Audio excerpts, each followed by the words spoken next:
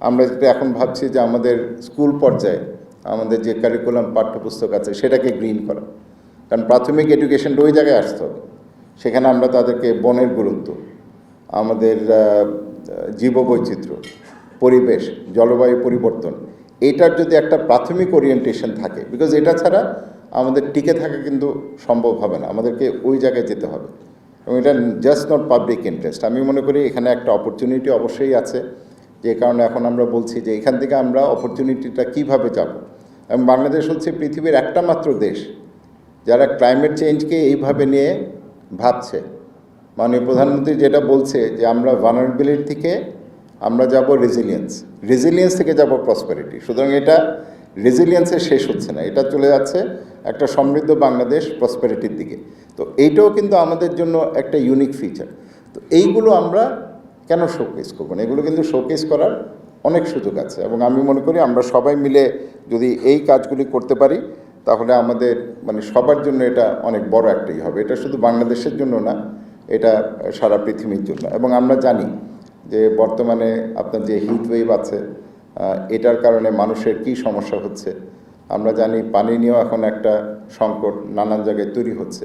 So এই পরিকল্পনাগুলো কিন্তু আমাদের করতে হবে। একটা কথা আমি মানে যখন ক্রিকেট বোর্ডে ছিলাম প্রায় শুনতাম, যখন আইসিসির মিটিং হতো, অস্ট্রেলিয়ার যিনি ক্রিকেট বোর্ডের প্রধান ছিল, উনি একটা কথা বলতেন, আমরা ক্রিকেট নিয়ে কথা বলছিলাম, তবে সেটা বাংলাদেশের জন্য প্রযোজ্য, জলবায়ু পরিবর্তনের জন্য তো আরও প্রযোজ্য।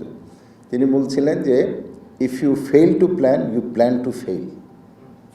If you fail to plan, you plan to fail. ওই প্ল্যানিংটা আমাদেরকে সঠিকভাবে করতে হবে। এই কথাটি আমরা অতীতে বারবার বলেছি যে আজকে যেটা বাংলাদেশে ঘটছে সেটা আগামীকাল বা পরশু তথাকথিত উন্নত দেশে সেই প্রভাবগুলো তারা পাবে। তা আমরা যখন বিভিন্ন আন্তর্জাতিক ফোরামে যাই, আগ্রহটা দেখে একটু বেশি, একটা বাড়তি আগ্রহ যে তোমরা কিভাবে এই কাজটি করছো, আমরা তোমাদের বিষয়গুলো জানতে চাই। হয়তো অনেক দেশে সমুদ্রপৃষ্ঠের উচ্চতার কোনো সমস্যা নেই, লবণাক্ততার কোনো সমস্যা নেই, বা বরফ গলার কোনো সমস্যা নেই, তবে তাদের অন্যান্য সমস্যা আছে। মানে তীব্র যেই তাপ সেটা তাদের আছে, পানি সংকট হচ্ছে, এবং এটা নিয়ে উন্নত দেশের লোকজন এখন আদালতেও যাচ্ছে। কয়েকদিন আগে আমরা দেখলাম সুইজারল্যান্ডে বেশ কয়েকজন বয়স্ক নারী তারা আদালতে যেয়ে তারা একটা রায়ও পেয়েছে।